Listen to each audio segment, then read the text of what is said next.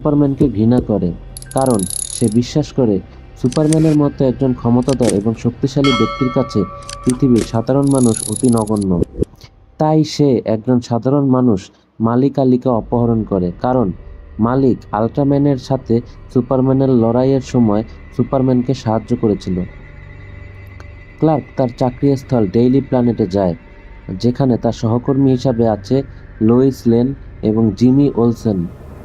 সেখানে সে জানতে পারে বোরোভিয়াতে সুপারম্যানের হস্তক্ষেপের কারণে সেই দেশের প্রেসিডেন্ট ভাসিল গুরকস তার সমালোচনা করছে। পরে রাতে লোইস ক্লার্কের অ্যাপার্টমেন্টে গিয়ে দেখে যে ক্লার্ক তার জন্য রাতের খাবার রান্না করছে।